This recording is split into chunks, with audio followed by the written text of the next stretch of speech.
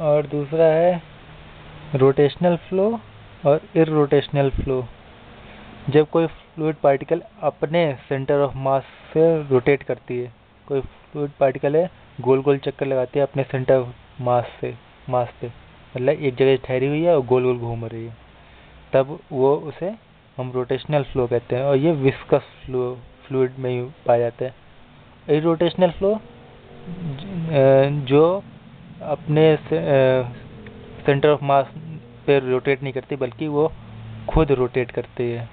जैसे अर्थ सन का चक्कर लगाती है, तो ये अर्थ है जो सन का चक्कर लगा रही है, नॉट अपोज। अर्थ अपने मतलब सेंटर पे रोटेट नहीं कर रही है बल्कि वो सन का चक्कर लगा रही है। और ये रोटेशनल फ्लो क्या होते हैं, जैसे सन एक जगह रुका हुआ है, वो अपना सर्कल रुके रुके कर रहे हैं, तो ऐसे फ्लो को हम रोटेशनल फ्लो कहते हैं। फिर आता है स्ट्रीम लाइन। स्ट्रीम लाइन क्या है, ये एक इमेजिनरी लाइन या कर्व है, इमेजिनरी लाइन या फिर कर्व है, स्पेस में ऐसे ड्रॉ है, मतलब इमेजिनरी है, जिस पे अगर हम कोई भी एक टेंजेंट ड्रॉ करते हैं तो वो हमें उस लाइन स्ट्रीम लाइन का वेलोसिटी वेक्टर देता है। जैसे एक्स डायरेक्शन में कोई फ्लो हो रहा है तो D x by D you, और वाई डायरेक्शन में अगर हम देखना चाहें इसको तो डी वाई बाई वी, और जेड डायरेक्शन में देखना चाहें तो डी जेड बाई डब्ल्यू। तो ये एक तरह की इमेजिनरी है, रियल नहीं है, इमेजिनरी है। हमने अपने मन में सोच लिया कि एक ऐसा कर्व है जिसपे हम अगर कभी भी कोई टेंजेंट कहीं भी पॉइंट पे खींचते हैं, यहाँ खींचते हैं, यहाँ खींचते हैं, तो हमें वो उस जगह का वेलोसिटी वेक्टर प्रोवाइड करता है। फिर आता है path line. Path line is the line path traced by a single fluid particle at different time. एक फ्लूइड पार्टिकल को हमने देख लिया, हम उसके ऊपर कैमरा लगा के बैठ गए, भाई डिस्कवरी चैनल चल गया, अब उसको देखना है। तो क्या टाइम जैसे 0 सेकंड पे था तो हमने देखा कि ये स्टार्टिंग पॉइंट यहाँ था। अब दो सेकंड बाद देखा तो हमने देखा वो फ्लूइड पार्टिकल यहाँ चला गया। 3 सेकंड बाद देखा तो हमने देखा कि वो इस डायरेक्शन में चला गया। 4 सेकंड बाद देखा तो वो इस डायरेक्शन में यहाँ पे इस पॉइंट पे। तो ये एक पाथ शो कर रहा है कि वो इधर इधर इधर इधर जा रहा है। तो ये एक तरह का पाथ ट्रेस कराने इस पाथ लाइन क्या है कि एक traced by a single fluid particle at different time. एक सिंगल फ्लूइड पार्टिकल को हम डिफरेंट टाइम पे एनालाइज कर रहे हैं, उसे हम पाथ लाइन कहते हैं। फिर आता है स्ट्रीक लाइन। स्ट्रीक लाइन क्या होता है, locus of various fluid particle passing through a fixed point.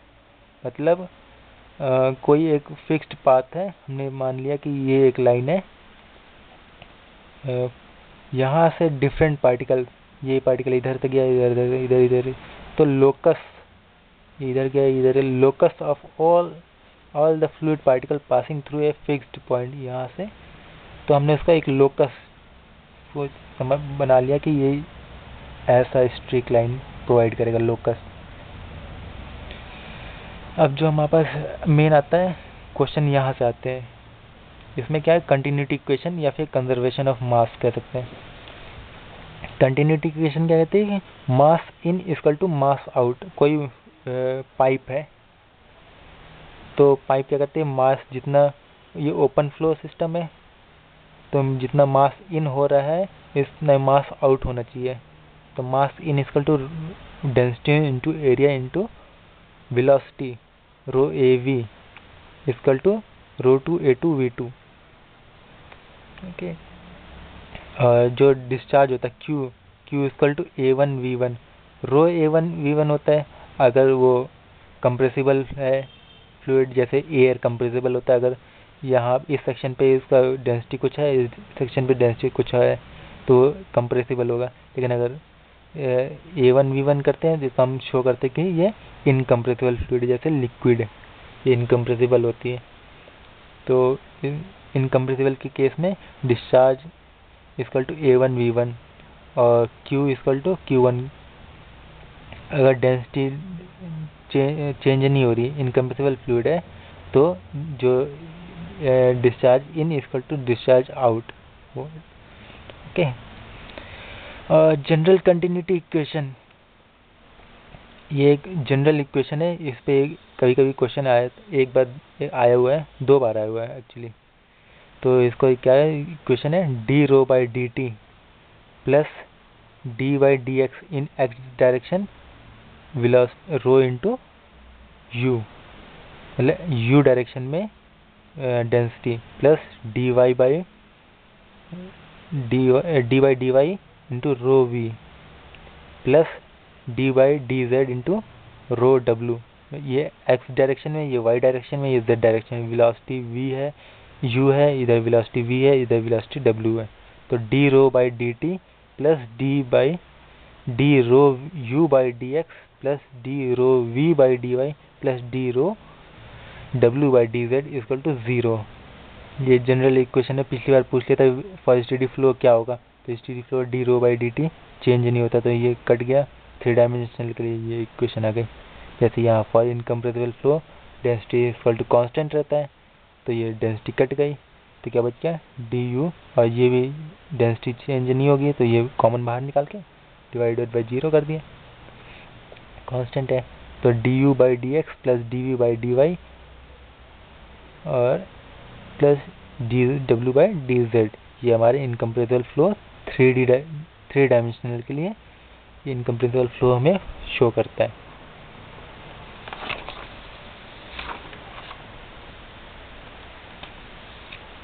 अब आता है रोटेशनल या फिर एंगुलर वेलोसिटी।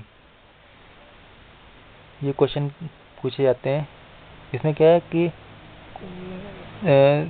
एक्स और वाई एक्सिस हमें दिया रहता है। ये एंगुलर वेलोसिटी रोटेशन क्या होती है, average angular velocity of 2 initially perpendicular line. ये एक्स और वाई एक्सिस है, ये परपेंडिकुलर एक दूसरे से, और इस पे जो परपेंडिकुलर निकलता है उसको हम देखते हैं, वो हमें एंगुलर वेलोसिटी देता है। तो हम angular velocity equal to half of D we by D X minus D you by D Y. ये कहाँ से आया, ये वेक्टर एनालिसिस करनी पड़ती है जब हमें पता है जब कोई 2 म्यूचुअली परपेंडिकुलर पे ये 3rd लाइन निकालते हैं, इस तरह का इक्वेशन। तो क्या करते हैं, हमें वेक्टर एनालिसिस करते हैं। तो उसमें क्या कहते हैं, I J K D by D x plus D by D Y D Y U V W. तो हम क्या करते हैं, के पे निकालना है, तो D by D X into V minus D you by D Y. तो ये हाफ ऑफ, मतलब ये सम है, एक्स और वाई का आधा कर देंगे तो इसका निकलेगा, तो इससे निकला। ठीक है। वोर्टिसिटी, इसे हम रोटेशन कहते हैं, रोटेशन से एंगुलर वेलोसिटी। वोर्टिसिटी कहते हैं twice of rotation, 2 into rotation.